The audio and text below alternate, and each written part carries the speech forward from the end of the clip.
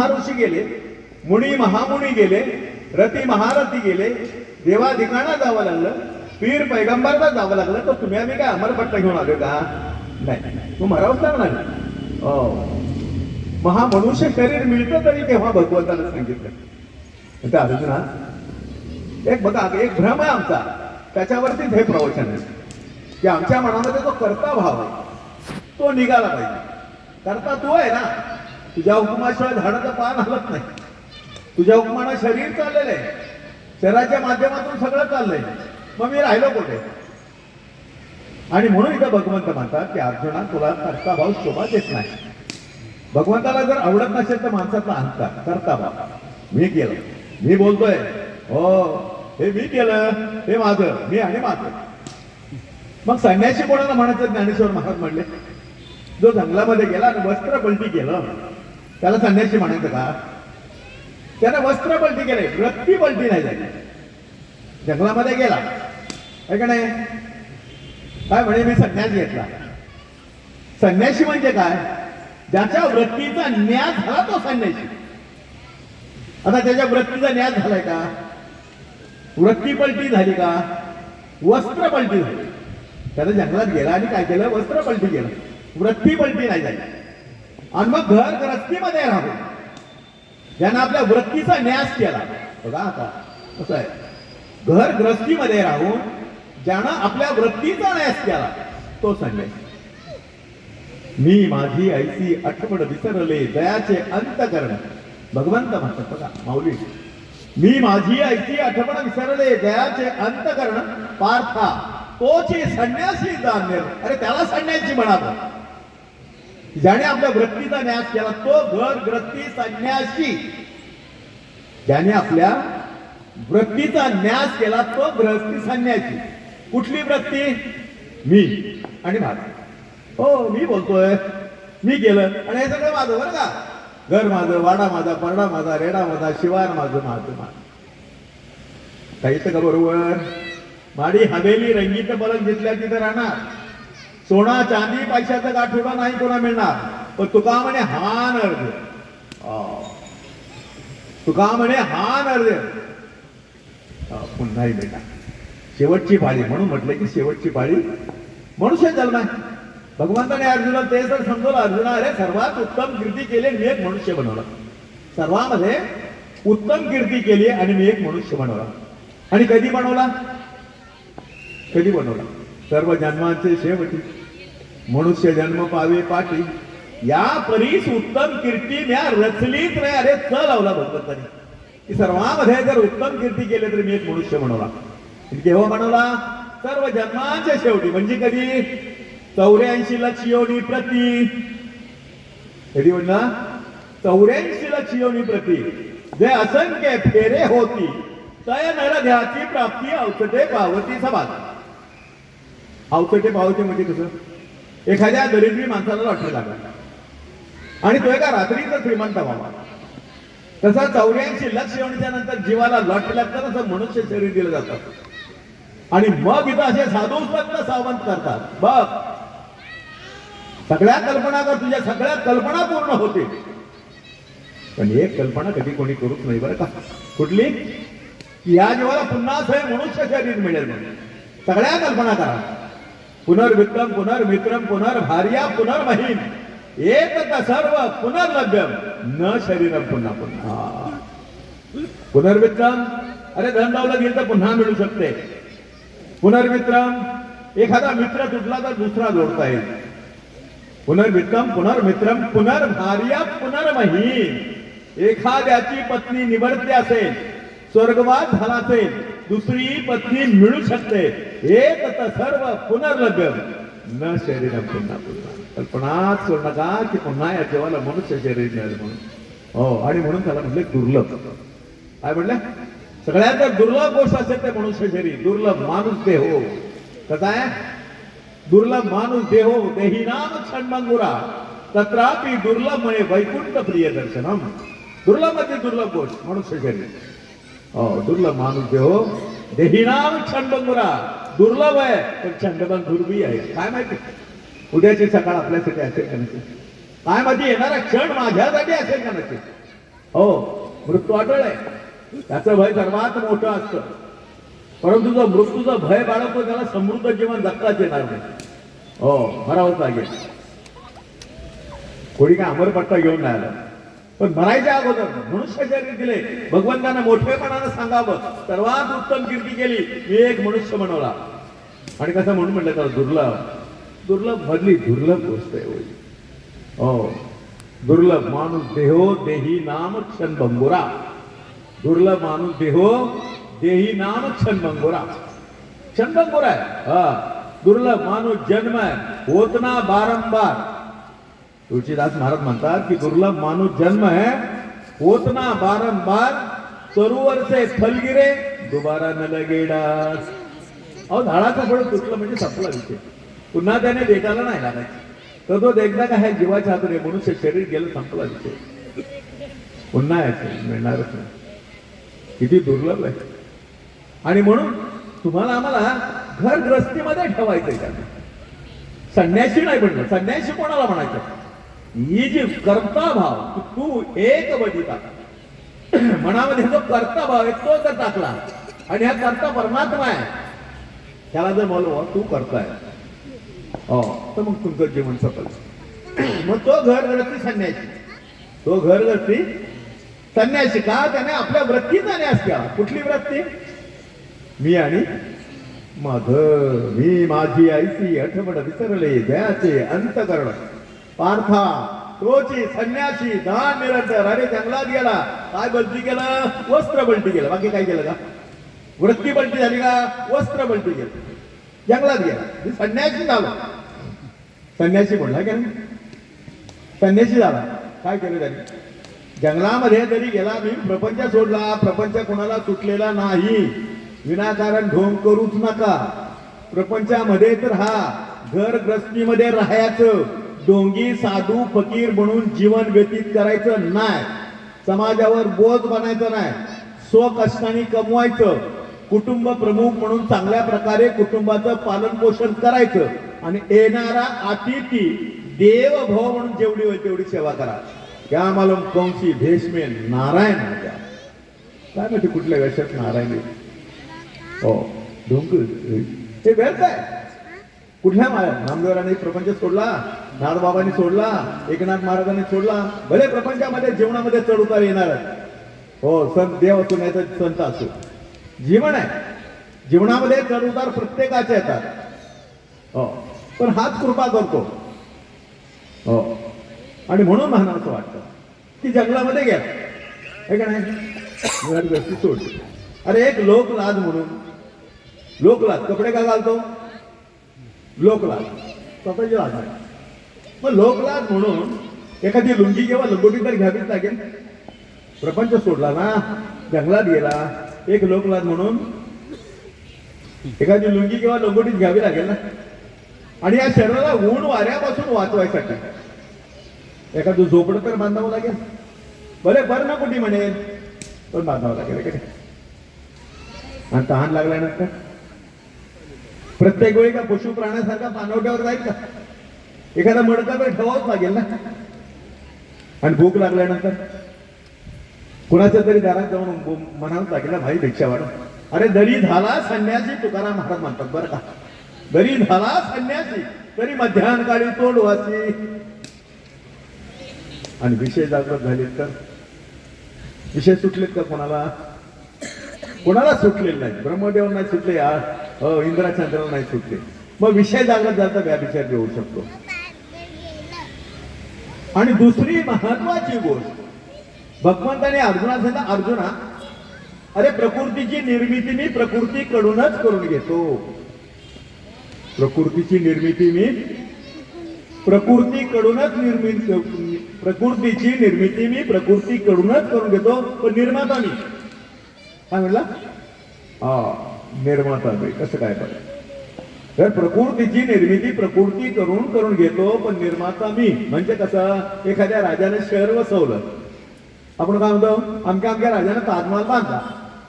तू काय तिथे वीट लावायला गेला, सिमेंट लावायला गेला होता, की काय करायला गेला होता? मग तो होता म्हणून तो ताजमहाल झाला. तो होता म्हणून तो सिटी तो आहे म्हणून प्रपंच आहे. साले हे शरीर कोणाचे सत्य, कोण बोलविते, आहे का नाही? मग करता तो आहे. मग त्याला प्रकृतीची निर्मिती प्रकृती करूनच करून घ्यायची. फक्त निर्णय त्याला माध्यम आहे, आपण माध्यम आहे, निर्माता तो आहे. आणि भगवंताने म्हणून तर अर्जुनाला हे सगळं समजवलं की तुझ्या मनातला हा कर्तभाव काढून टाका. अर्जुनालाच नाही समजवलं तर तुम्हाला आम्हाला समजवलं की आपल्या मनामध्ये तो कर्तभाव, तो मी बोलतोय, मी केलं, कोणाचंच नाही चालत बरं का. ज्या माध्यमातून शरीर चाललंय तो माध्यम कोणाचा अंश. आई म्हणते मूल माझं, वडील म्हणतात मूल माझं, बरोबर आहे. आई म्हणते मूल माझं, वडील म्हणतात मूल माझं, बरोबर आहे. प्रकृतीनं प्रकृतीला निर्माण केलं, पण त्या मुलाला जी चालवणारी सत्ता आहे. आई वडील म्हणतील का तो आमचा अंश आहे, कोणाचा अंश आहे तो? म्हणतील का आई वडील आमचा अंश आहे, मग तो कोणाचा अंश आहे? ईश्वर अंश जीव अविनाशी, ईश्वर अंश जीव अविनाशी, चेतन अमल सहज सुखराशी. अरे ईश्वराचा अंश जीव आहे. हो, मग जी देवात लक्षण आहे ती जीवात लक्षण आहे. देव चेतन आहे, जीव बी चेतन आहे. देव अंमल करतोय, जीव सुद्धा शरीरावर अंमल करतोय. देव सर्वज्ञ आहे, जीव अल्पज्ञ. देवाची सर्व ठिकाणी सत्ता आहे, जीवाची शरीरावर सत्ता आहे. देव अजन्म आहे, जीव सुद्धा अजन्म आहे. कोण म्हटलं का जीव जन्माला आला? मूल जन्माला आला म्हणतो. प्राणी जन्माला आला, मूल जन्माला आला म्हटलं का? कोण म्हटलं का माणूस मेला, प्राणी मेला? हा, जीव मेला कोण म्हणतंय का? माणूस मेला, प्राणी मेला, जीव गेला. अरे अविनाशी तत्व आहे, अजन्मा तत्व आहे. हो, बघा रामायणातली एक कथा आहे. रामाने वालीला टाइम संपला तर सांगा बरं का, घड्याळ नाही गडबड पाहिजे. किती वाजे बरं? 6:15. रामाने वालीला मारलं आणि वालीचं प्रेत समोर पडलेलं आहे. रामाने वालीला मारलं, वालीचं प्रेत समोर पडलेलं आहे. त्याची धर्मपत्नी तारा शोक करते, रडते. भगवंतांना विचारलं म्हणजे तारा तू का रडते? आता का रडते म्हटल्यानंतर तिनं सांगितलं माझे पती गेले. काय म्हणले? माझे पती गेले. भगवंत म्हणतात तारा अरे ज्याच्या बरोबर इतना निभाया, जेवढा वर्ष प्रपंच केला, जिसके साथ इतना निभाया वो तो सामने पड़ा है, तू बोलते मेरा पती गया. ही गोष्ट किती खरी आहे ना? ज्याच्या बरोबर एवढा मोठा प्रपंच केला तो तुझ्या समोर पडलेला आहे आणि तू म्हणते माझे पती गेले. वस्तू ती खरी आहे ना? तो कुठे गेला? मती नाही, त्यातला जीव गेला. काय म्हटली? हा, जीव गेला. आता जीव गेला म्हटल्यानंतर पुन्हा भगवंतानं सांगितलं तारा अरे त्याच्यातला जीव गेला, मग तू कधी पाहिला का? कोणी पाहिला का जाताना केव्हा येताना? तर म्हणले नाही पाहिलं. साधी गोष्ट आहे ना. कोणी पाहिला का त्याला जाताना केव्हा येताना? म्हणजे नाही पाहिलं. आता नाही पाहिल्यानंतर मग भगवंत म्हणतात तारा आणि ज्याला तू कधीच पाहिला नाही त्याला माझं कसं काय म्हणतेस? ज्याला तू कधीच पाहिला नाही त्याला माझं कसं काय म्हणतेस? ज्याला तू कधीच पाहिलं त्याची शोक का करतेस? मग भगवंतानं तिला तिथं उपदेश केला. क्षिती जल गगन पावक समीरा, पंचरचित अति अधम शरीरा, प्रगट सो तव तनु आगे सोवा, जीव नित्य केवल गे तुम रोवा. म्हणजे बघ ज्याच्यासाठी रडायचं तो समोर पडलेला आहे, तो कुठे गेलाय? आहे ना, समोरच आहे ना. कसं काय म्हणतात पती गेले? कुठे गेलेत म्हणे? समोर पडलेत. हो, आणि मग मला सांगितलं भगवंताने की तारा अरे हे 5 तत्वाचं शरीर बनलेलं आहे. हो, पंचरचित अति अधम शरीरा, धरती पाणी अग्नी आकाश आणि वायू, हे 5 तत्वाचं शरीर म्हणजे तुझ्या समोर पडलेलं आहे. क्षिती जल गगन पावक समीरा, पंचरचित अति अधम शरीरा, प्रगट सो तव तनु आगे सोवा, जीव नित्य केवल गे तुम रोवा. म्हणे वाद हो, जीवासाठी कोणी रडू नका बरं का. एखाद्या का आपण असं कुठलं घर आहे का की त्या घरामध्ये कोण कोणाचं कधी मेलच नाही?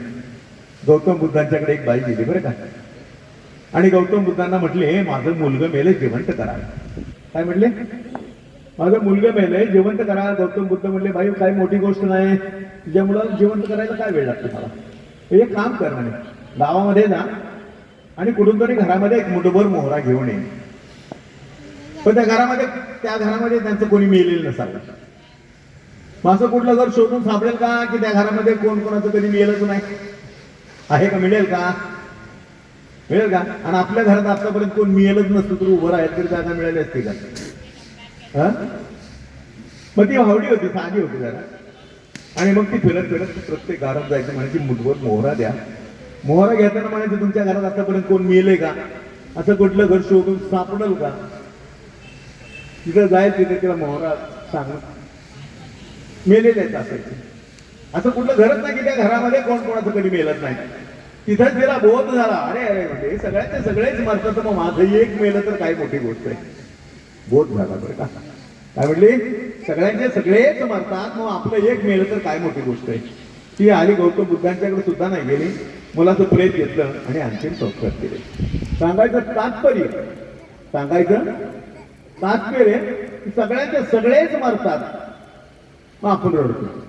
मग रडायचं की नाही रडायचं? मग रडावं तर कोणासाठी रडावं?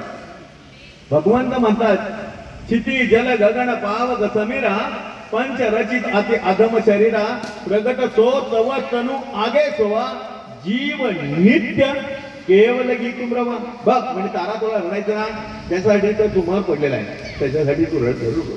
काय म्हणले? तुला रडायचं ना, ज्याच्यासाठी तो समोर पडले त्याच्यासाठी जरूर रड.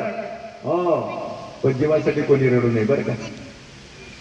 असं कुठलं घर शोधून सापडून का बुवा की त्या घरामध्ये कोण कोणाचं कधी मेलच नाही, याचा अर्थ सगळ्यांचे सगळेच मरतात, मग आम्ही रडतो. मग रडायचं की नाही रडायचं? रडावं तर कोणासाठी रडावं? जीवासाठी रडावं तर अविनाशी तत्व आहे, आणि शरीरासाठी रडावं तर ते समोर पडलेलं आहे. कोणासाठी रडावं? मग तिला भगवंताने तिथं उपदेश केला. हो, ती म्हणजे तारा, अगं जीव म्हणे मरण सुद्धा पाहत नाही म्हणे.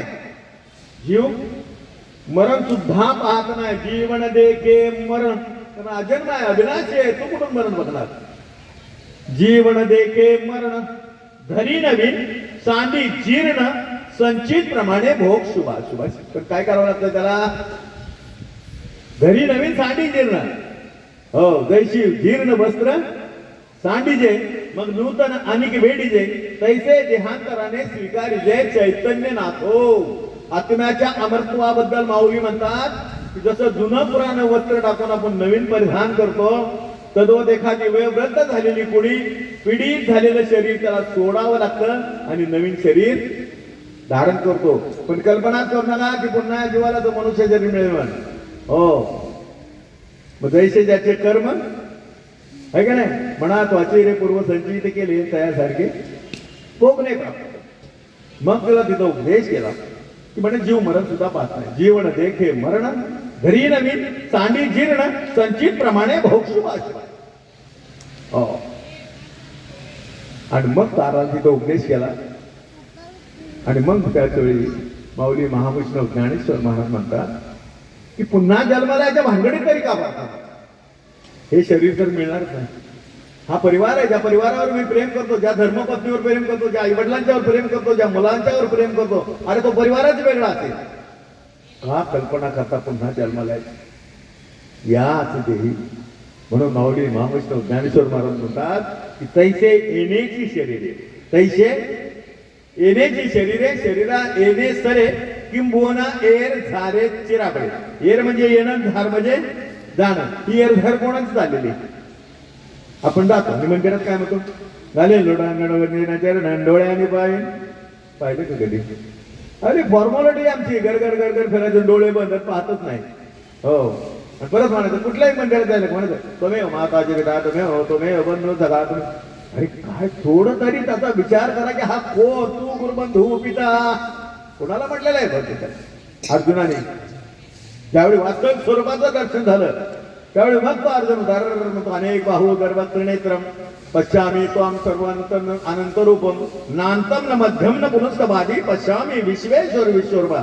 अरे अरे अरे म्हणजे हे विश्वेश्वर विश्वरूपा, तुला मला आधी दिसत नाही, मध्य दिसत नाही, अंतही दिसत नाही. अनेक भाऊ, अनेक मुद्रे, अनेक नेत्रे, अनेक मुखी असून तू अनंत रूपी सर्व ठिकाणी म्हणजे भरलेला आहे. हो. आणि मग अर्जुनाला खऱ्या अर्थाने खऱ्या स्वरूपाचं ज्ञान झालं. तसं सांगायचं तात्पर्य की पुन्हा कल्पनाच करू नका की ह्या जीवाला पुन्हाच मनुष्य शरीर मिळेल म्हणून. हा. आणि हे योनी तर मिळणारच नाही. शेवटची पाळी ठाम सांगितलंय.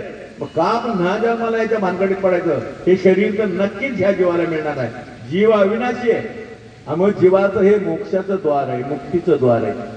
आणि म्हणून माऊली काय म्हणतात की तैसे येण्याची शरीरे शरीरा येणे सरे किंबहुना एर झारे चिरापडे ही एरदार जीवाची चाली ती थांबवायसाठी असं अमोलिक रत्न जोडून म्हणतो भगवंताने असं शरीर बनवलेलं आहे. तर या मला वाटतं घड्याळाला बघावं लागेल. घडी देके हरघडी घडी देके काय घडी देके हर घड़ी. अरे घड़ी जाने ना कोई, घड़ी देके हर घड़ी, घड़ी जाने ना कोई. कोण कहे कोण घडी क्या होय काय माहिती उद्याची सकाळ आपल्यासाठी असेल का नाही, काय मध्ये येणारा क्षण माझ्यासाठी असेल का नाही. आणि म्हणून माऊली म्हणतात की तैसे येण्याची शरीरे शरीरा येणे सरे किंबहुना येर झारे चिरापडे. तुकाराम महाराज म्हणतात भ्रमणा पावले वेचिताची माव. भ्रमणा पावले वेचिताची वाव प्रवेशाची ठाव एकची द्वार. जसं पूर्वी नगराला तटबंदी असायची, पूर्वी नगराला तटबंदी असायची, त्या तटबंदीतून बाहेर पडण्यासाठी एक प्रवेशाचं द्वार असायचं. तसंही 84 लक्ष योनी ही जीवाची तटबंदी आहे. जीवाची कुठल्याच योनीतून तो बाहेर पडू शकत नाही. 84 लक्ष योनी ही जीवाची तटबंदी आहे. आणि या तटबंदीतून बाहेर पडायचं द्वार ते एकच येणार द्वार. आणि म्हणून साधू संत आम्हाला सांगतात की या देई बघा सगळ्या कल्पना करा, एक की कल्पना करू नका की पुन्हा जीवाला असं मनुष्य शरीर मिळेल. मग पुन्हा जन्माला जन्म घेणे लागेल वासनेच्या संगे. बस जीवावरती वासनेचं आवरण आहे. आणि मग ज्या ठिकाणी त्या जीवाची वासना राहिलेली असेल पुन्हा त्याला त्या ठिकाणी जन्म घ्यावाच लागतो. जन्म घेणे वासनेच्या संगे. कर्तृत्वान शेतकरी होता बरं का, जातो जातात 5 मिनिटं दिलेत वाढवून. एक कर्तृत्वान शेतकरी होता. उन्हाळ्याचे दिवस होते, शेत नांगरत होता बरं का. कर्तृत्वान शेतकरी होता. बरीच काही घरची जमीन तुम्हाला होता, बाहेरचा काही खरेदी केलेला होता. असं जबरदस्त आपला शेतकरी कर्तृत्वान शेतकरी. उन्हाळ्याचे दिवस होते, शेत नांगरत होता. दुपारची वेळ झाली. बायको जेवण घेऊन आली. म्हणजे बायको म्हणते अहो जेवण घ्या. काय म्हणले? अहो जेवण घ्या. आता हा घडी कर्तृत्वान ते म्हणा असं कर, तिथं सावलीला झाडाखाली बांधावर जेवण ठेव. तिथं झाडाच्या सावलीला बांधावरती जेवण ठेवून तू घरी जा. एवढं शेत नांगरून झाले की म्हणलं मी जेवणार. आता बायकोनं मी तिथं सावलीला झाडाखाली बांधावर जेवण ठेवलं. ती घरी निघून गेली. हा मनातल्या मनात विचार करतो एवढं शेत नांगरून झाले की म्हणलं मी जेवणार. तर समोरून असा रस्ता जात होता. त्या रस्त्यानं एक साधू पुरुष चालले होते. आणि त्या साधू पुरुषानं काय केलं, रस्ता सोडला नाही, ज्या नांगरकीत घुसलं बरं का. साधू पुरुष काय रस्ता सोडला नाही, ज्या नांगरटीत घुसलं. आता नांगरटीत घुसलं ह्याच्या बुवा लोकांचं कधी जमत नव्हतं बरं का. हा कधी नाही करतो पण अजिबात बुवा लोकांचं जमायचं नाही. तुम्हाला काय धंदा आहे, बसलाय निवांत इथं. तर हा गडी करतो नव्हता ना. आता त्या साधू पुरुषांना रस्ता सोडला नाही, ज्या नांगरटीत घुसलेलं बघितलं मनात काय म्हणतो बुवाने रस्ता कसा काय वाकडा केला, बुवाने रस्ता कसा काय वाकडा केला. आता जवळ आला तो साधू पुरुष. जवळ आल्यानंतर तो बुवा शेतकरी उपेक्षण म्हणतो काय बुवा म्हणे कसा काय रस्ता वाकडा केला.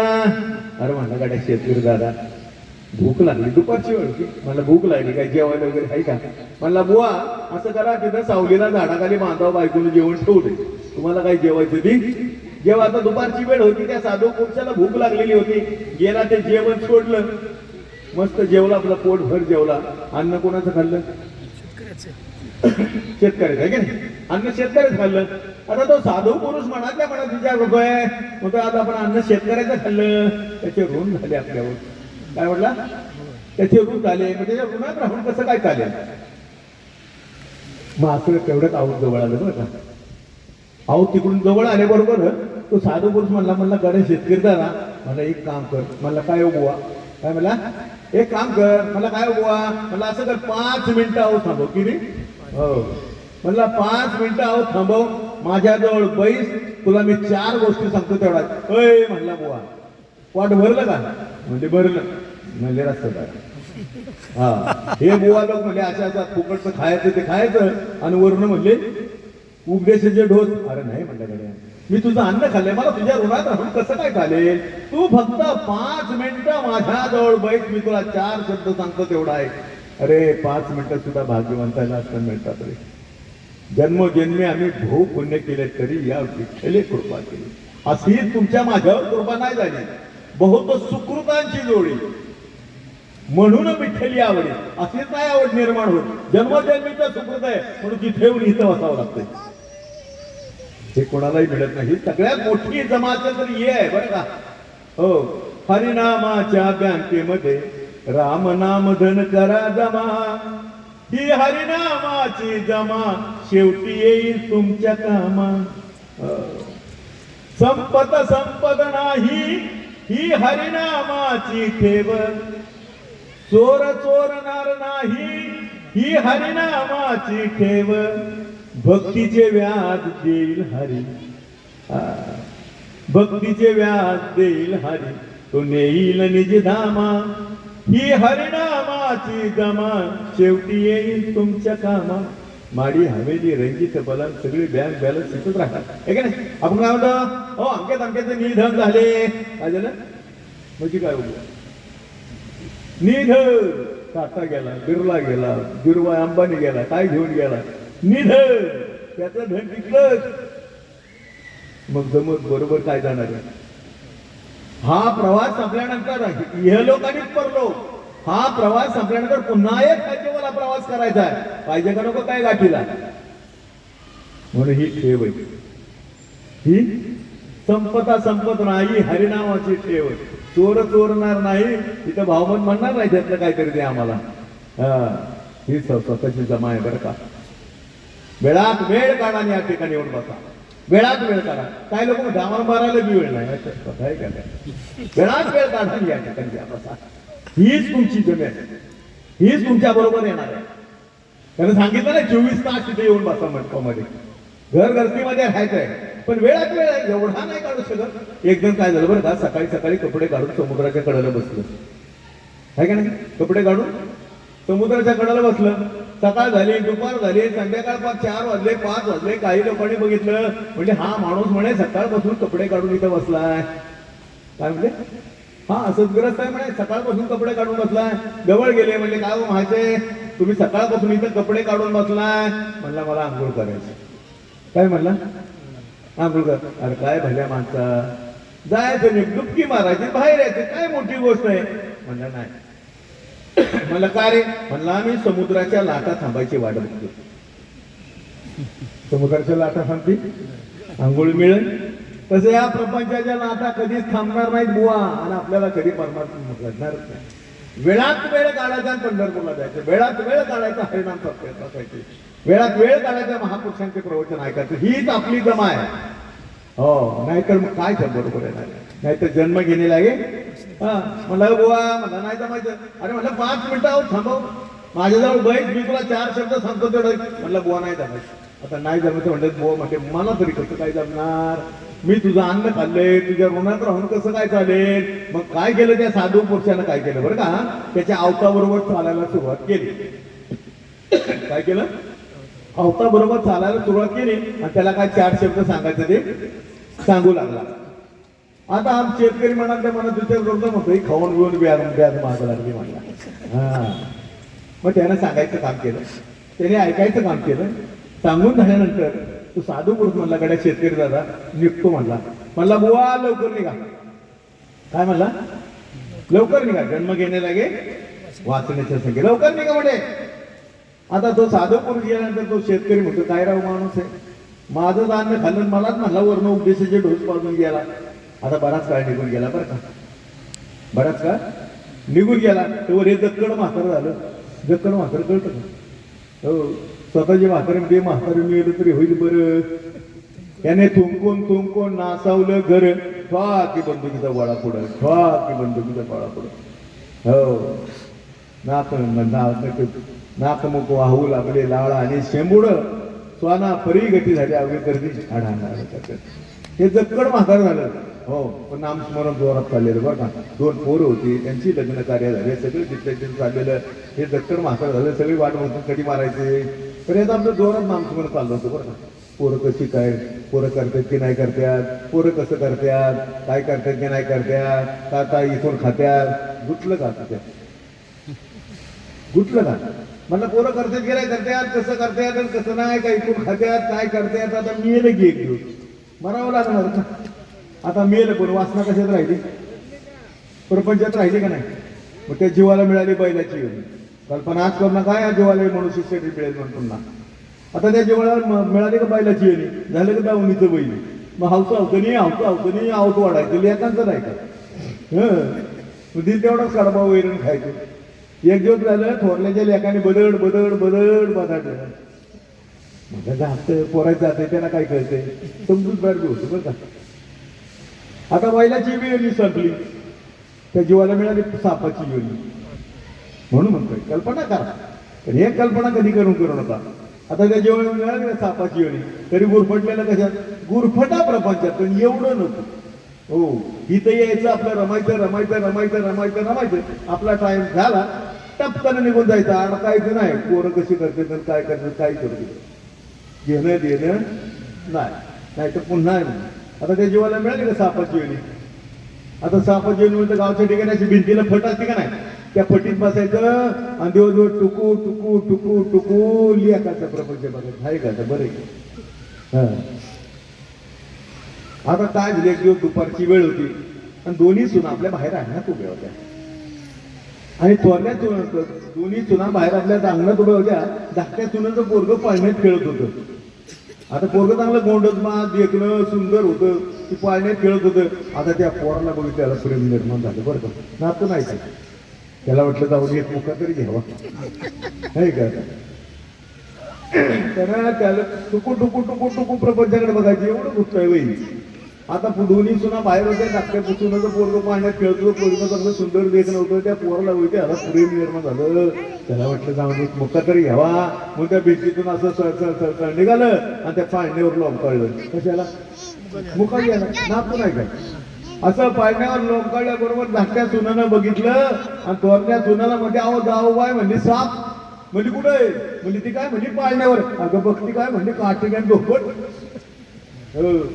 मग तिनं काठी घेतली, त्याला धोपटलं तरी त्याचा जीव जायना का, गुरफटलेलं तेवढं होती.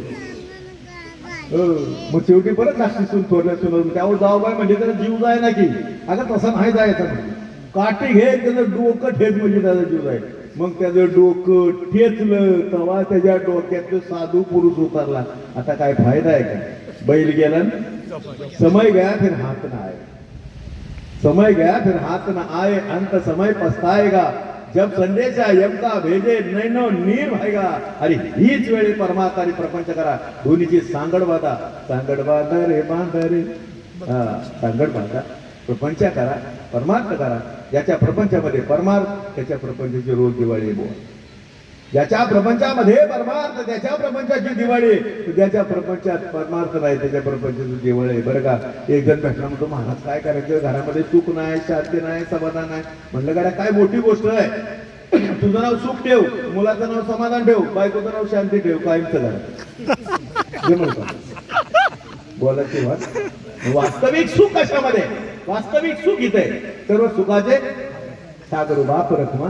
बस या वेळ भरपूर पुढे गेलेली आहे. बोलण्याच्या ओघामध्ये काय वेडे वाकडेही शब्द जाऊ शकतात. मी देखील आरामशीर पडलो होतो. माझ्या बी डोक्यात काहीतरी विषय आता समजा माहिती असतं की आज या ठिकाणी प्रवचन आहे. मग तो माणूस काहीतरी काय थोडंसं हे करतं ना. तुम्ही आपलं झोपेतून उठून महाराजांनी आणलं, ठीक आहे तुमची कृपा झाली, वास्तविक त्यांनाच प्रवचन द्यायला पाहिजे होतं, पण ते म्हणले मला तुम्हीच बसा. हा, पुढच्या वर्षी त्यांना द्या. हा, मला काय मी ऐकायला येत जाईल, बरं वाटतं मला.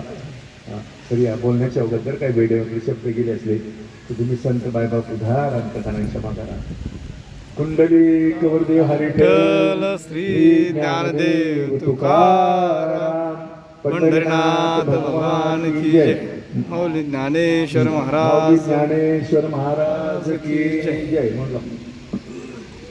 आता विश्वास मके देवे येणे माग्यात तोषावे तोषोणी मत द्यावे पसावे जे कळांची व्यंकटी सांडो तया सत्कर्मी रती वाढो भूता परस्परे परो मैत्रिवांचे दुरितांचे तिमिर जाओ विश्व सुधर्म सूर्य पाहो रोजे वांछित तोते लावो प्राणी जात वर्षते सकळ मंडळी ईश्वर निष्ठांची मांदी आली अनवरत भूमंडळी लेखपतया भूता चला कल्प करूचे अरव चेतना चिंतामणीचे जाव बोलते जे अनव पियुषाचे चंद्र मेजे लांछन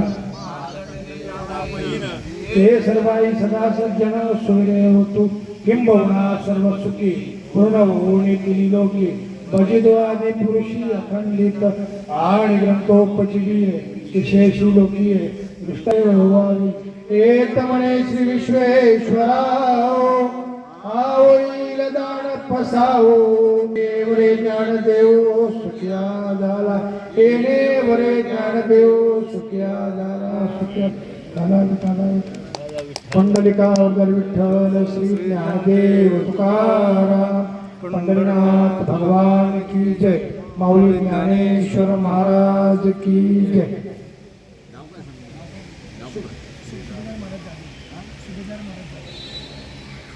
फोन नंबर पण